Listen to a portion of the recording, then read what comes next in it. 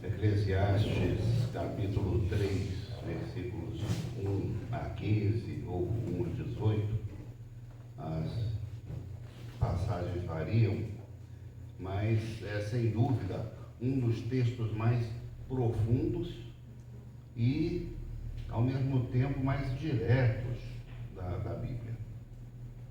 Ele nos leva a uma reflexão sobre a vida, não é?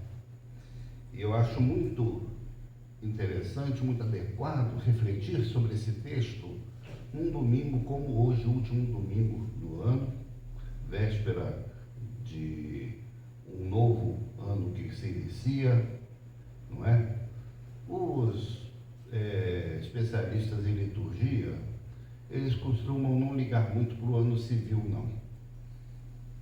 Tem o Natal, depois tem o primeiro domingo depois do Natal, o segundo domingo depois do Natal, depois tem a Epifania. O dia 1º de janeiro não tem assim uma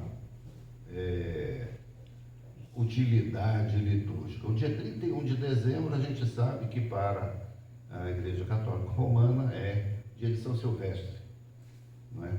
E a gente sempre lembra disso porque tem a corrida que leva justamente o nome por causa da data 31 de dezembro.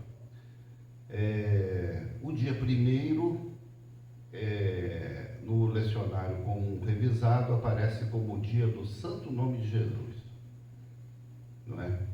Então seria o dia da circuncisão de Jesus, exatamente o 8º dia, né? Se ele tivesse nascido 25 de dezembro, então seria 1º de janeiro, o dia da circuncisão, o dia em que é atribuído o nome, né, na tradição judaica, à criança. Então, faz-se essa dedução, né, a partir da data do Natal, etc. Mas o fato é que a virada de 31 de dezembro para 1º de janeiro, por mais que seja um dia como outro qualquer, não é um dia como outro qualquer, né? Até porque a vida civil muda, não é? No sistema tributário nós temos aí uma mudança, né? Começa um novo exercício, né? Então, na prática, a gente sabe que existem implicações legais, civis e mesmo também assim até emotivas, não é? Especialmente num povo como o nosso, que comemora com muita intensidade, né, essa coisa da passagem de ano, promove uma das maiores festas do mundo, que é do Réveillon de Copacabana, uma festa que eu vi, digamos assim, evoluindo, porque eu morava em Copacabana. Então, a partir da década de 80, aquilo que era normalmente um ritual ligado aos cultos afro, não é? Aquele número grande de pessoas que levava flores para jogar nas ondas do mar, tal, de repente ganhou uma amplitude, uma adesão da população que Copacabana ficou intransitável em alguns anos, isso nos anos 80, e virou o que é hoje, né? Palcos, com shows, enfim, né? Até evangelismo você tem lá nas areias também, igrejas vão lá na passagem de ano do Réveillon também para pregar e tudo, né? Então, um acontecimento assim, e em muitas partes do mundo também assim, né? O Times Square lá em Nova York e outros lugares, né? Então, o 31 de dezembro para 1º de janeiro, ele existe, ele impacta na nossa vida, não é? E eu achei, então, nesse texto aqui de Eclesiastes, né, uma temática assim muito ligada, muito próxima daquilo que a gente precisa refletir num momento como esse. Existe uma tendência muito grande de idealizar o ano novo, não é? Uma música bem antiga, né, que diz assim, né? Muito dinheiro no bolso, saúde para dar e vender, não é?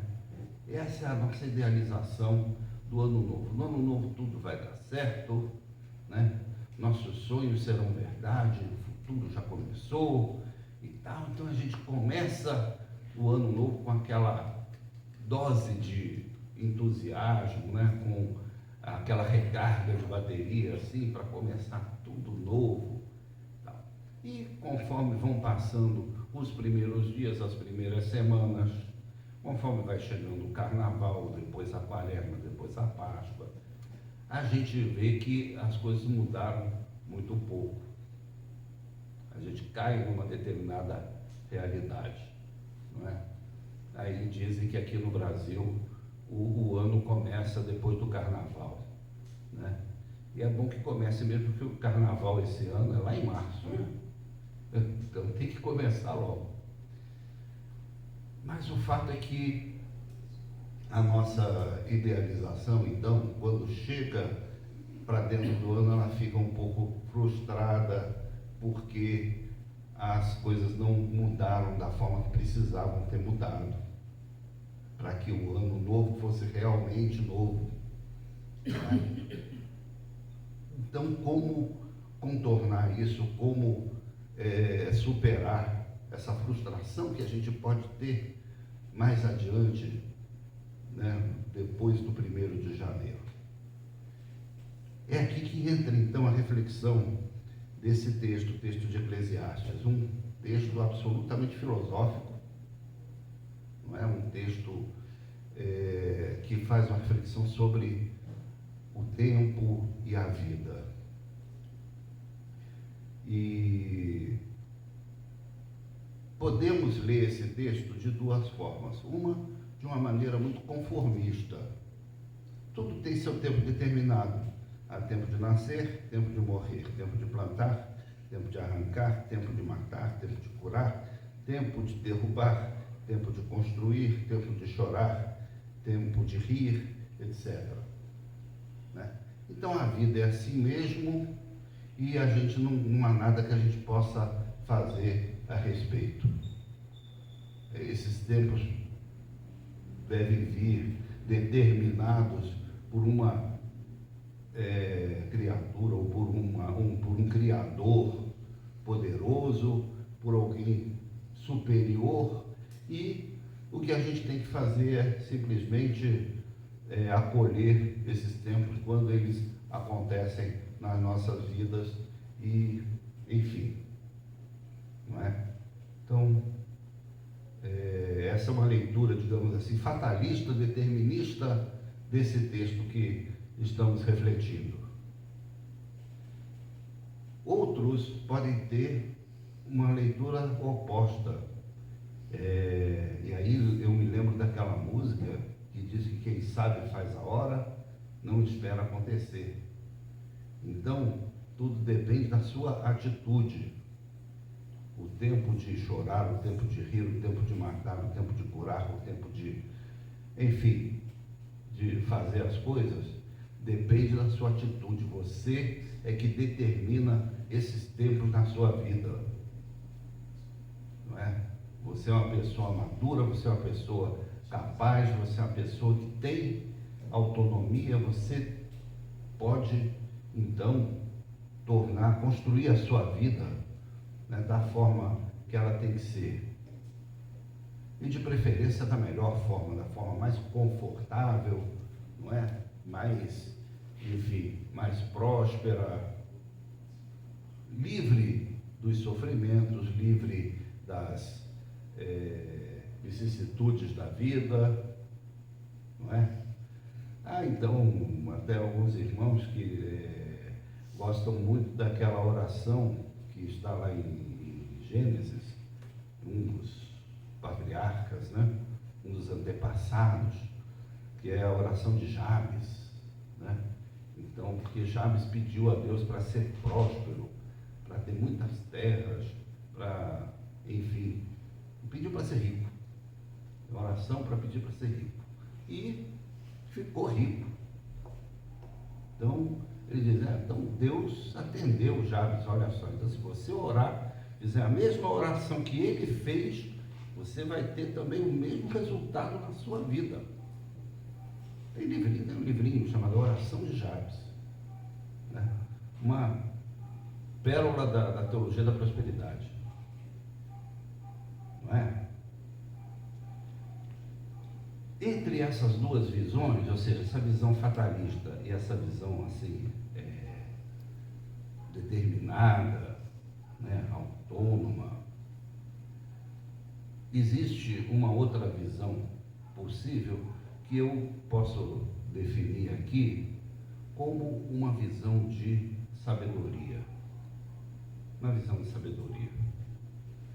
Primeiro porque nós, muitas vezes, não sabemos quando que nós vamos receber, às vezes, uma grande bênção na nossa vida e quando vamos sofrer uma grande perda também na nossa vida. Certas coisas acontecem de forma absolutamente aleatória, inesperada e, não é? Nós não temos o controle absoluto da nossa vida, assim, como nós muitas vezes gostaríamos, não é?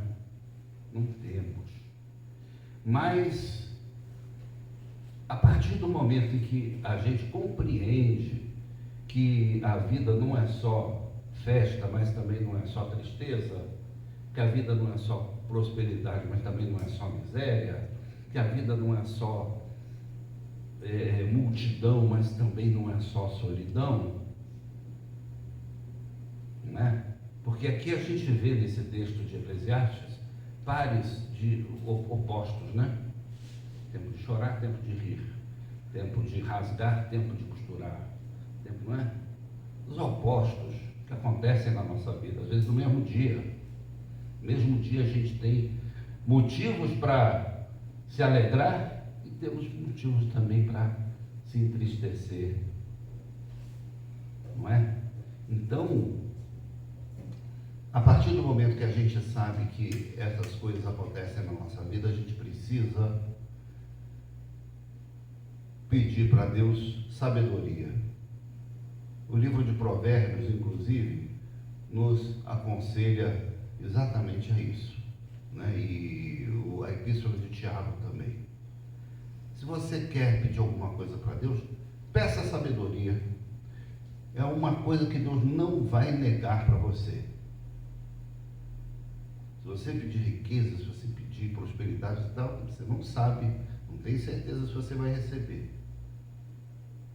Mas sabedoria, isso Deus não nega a ninguém. Ele outorga, Ele concede, Ele fornece com abundância. Então nós precisamos ter sabedoria justamente para encarar cada um desses momentos que são enumerados aqui no livro de Eclesiastes. Sabedoria para enfrentar a adversidade, sabedoria para ser contrariado, para não ser atendido nos seus desejos, sabedoria para enfrentar carências, faltas naquilo que você precisa, naquilo que você tem necessidade, sabedoria para lidar com a abundância, sabedoria para cada uma dessas circunstâncias é o fundamental para a gente poder viver um ano novo com tranquilidade, com consciência, com serenidade. Eu acho que é mais do que tudo, mais do que alegria, mais do que abundância, é isso que a gente espera de um ano novo, né? Que a gente consiga receber cada uma das coisas que nos acontecem de uma forma madura, de uma forma tranquila. Isso vale para nós que já passamos por muitos réveillons, né? E serve para aqueles também que estão começando nessa aventura humana, né? Que estão na sua juventude, que estão enfrentando aí um Enem, que estão fazendo seu primeiro concurso, né? Que estão se casando. Enfim, isso vale para todos nós. é muito importante a gente ter um sentimento de gratidão diante de Deus pelo que aconteceu no ano que está terminando. Mesmo que ele não tenha sido o planejado, mesmo que não tenha sido o ideal para nós, mesmo que eu tenha tido perdas, eu tenha tido prejuízos, eu tenha tido, enfim, não é? Coisas incômodas, problemas não solucionados, não resolvidos. Mesmo com isso, é necessário a gente agradecer a Deus por isso. Sabe por quê? Porque muitas vezes o ano que vem, o ano que está chegando, vai ser melhor justamente por causa do que aconteceu no ano anterior. Muitas coisas que você vai colher no próximo ano, você semeou no ano anterior. Você semeou no ano anterior, não é? Então, não vou citar nomes, mas eu vou dar um exemplo aqui. Conheço uma colega pastora que, doutora em teologia, pessoa extremamente capacitada, dedicada, competente, que participou de um concurso numa universidade e foi preterida, embora ela tivesse a pontuação muito alta, a direção entendeu por convocar um outro candidato que não seria o primeiro colocado da seleção, usando lá uma série de critérios da própria instituição. Então, apesar do desempenho que ela teve, apesar dos resultados, tudo, ela foi preterida lá no Paraná, na Universidade do Paraná.